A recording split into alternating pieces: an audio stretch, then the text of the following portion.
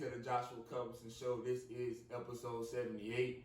Before we get into our special guest, I would like to announce our newest sponsor, the Davis Cleaning Service, located in Backwoodz Rd, North Carolina, owned by Mr. Andre Davis. He does all type of cleaning, buffing floors, waxing floors, construction site cleaning, and etc. So if you need any cleaning services, go to him, his new business. I promise you will not be disappointed. And for our special guest, she's an incredible entrepreneur.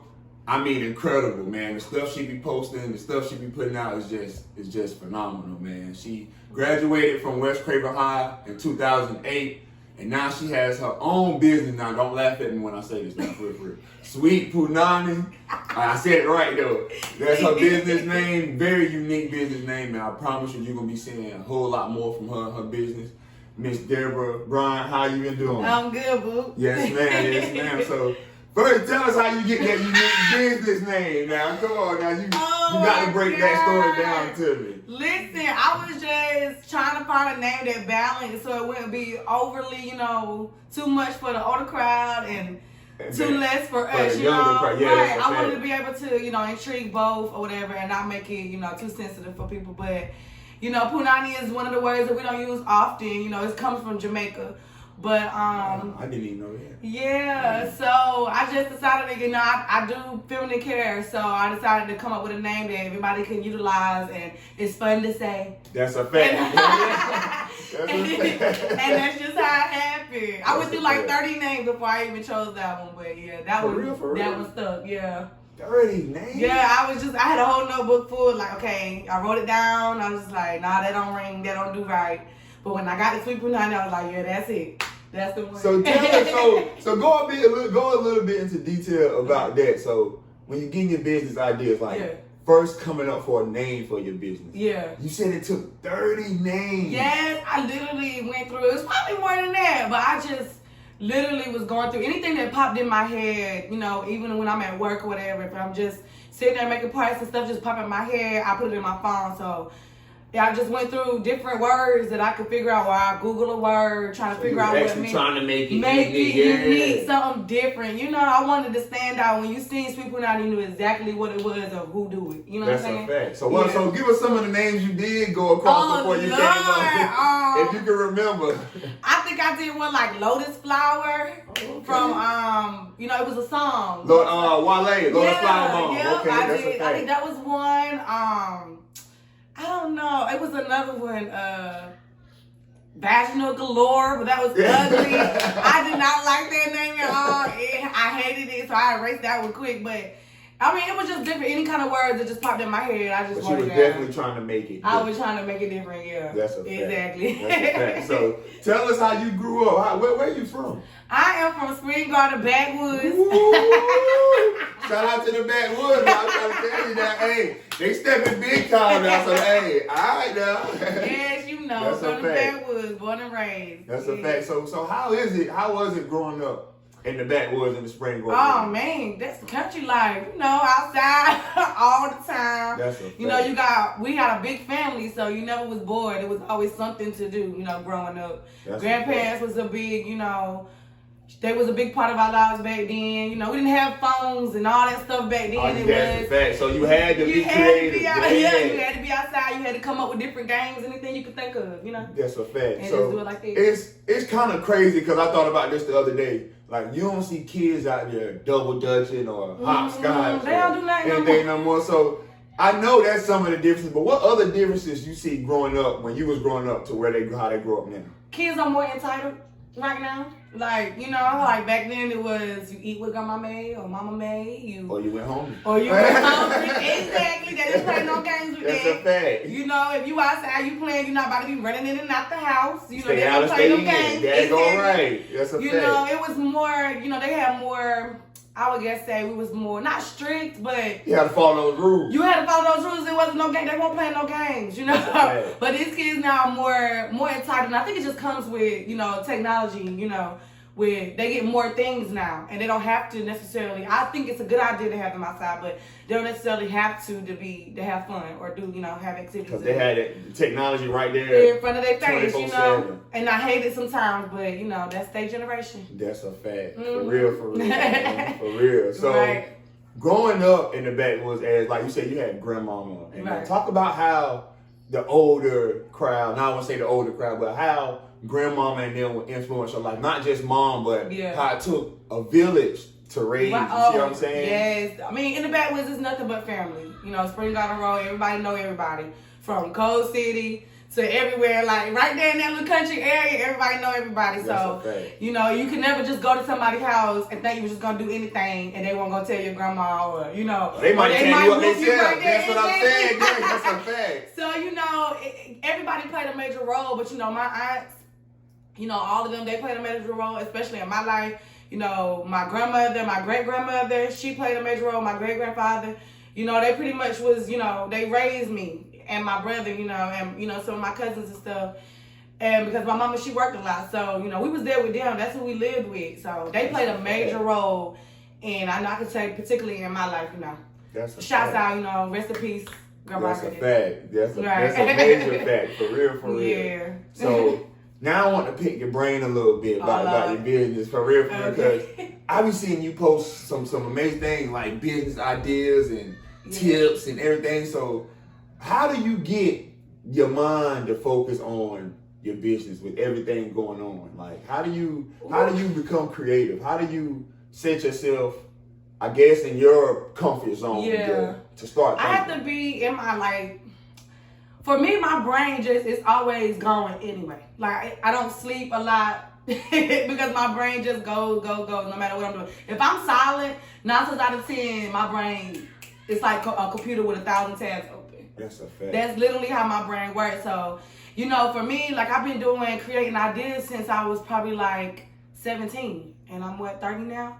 So my first idea was a nonprofit, and I just been going ever since. Different ideas, and to other people, it may look like I'm always doing something, that's just the way my brain works. It's just you always I'm always something. Doing something. I see it. I'm like, hey, God told me that. You make me step my game. I'm like, all right, Josh, you come on now. You see these people out here getting, you gotta get right now, for real. Definitely. It's just the way, I don't know, I'm just wired like that. But for me now, I decided, I needed to focus on one thing.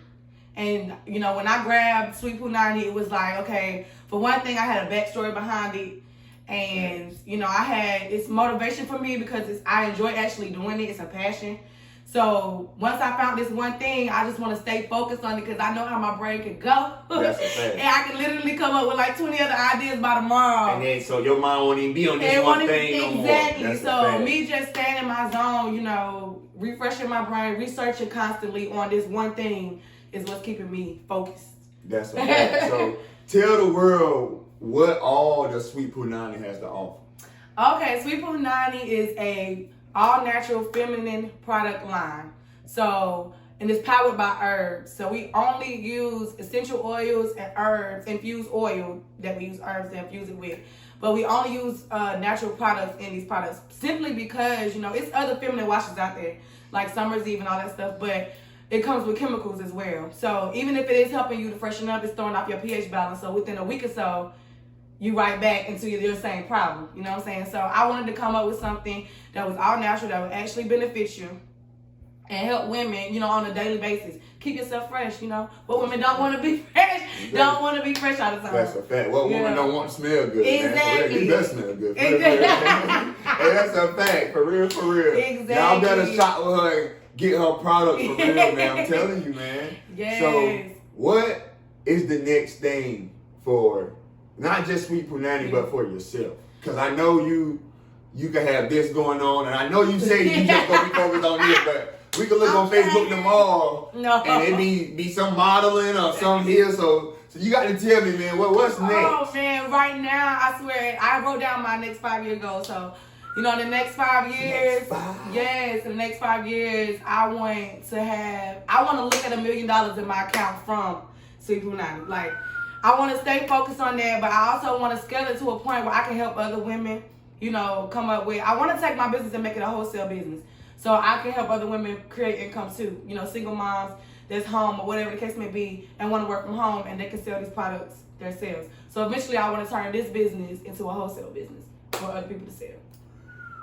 $1 million. I'm trying to touch $1 million. If I can do it less than 5, I'm gonna do it less than 5. But if I can touch $1 million in 5 years, that's my goal. That's what's up. That's a goal right there. Yeah, I'm trying. That's a goal right there, boy. $1 million. Yeah, I'm trying to touch that.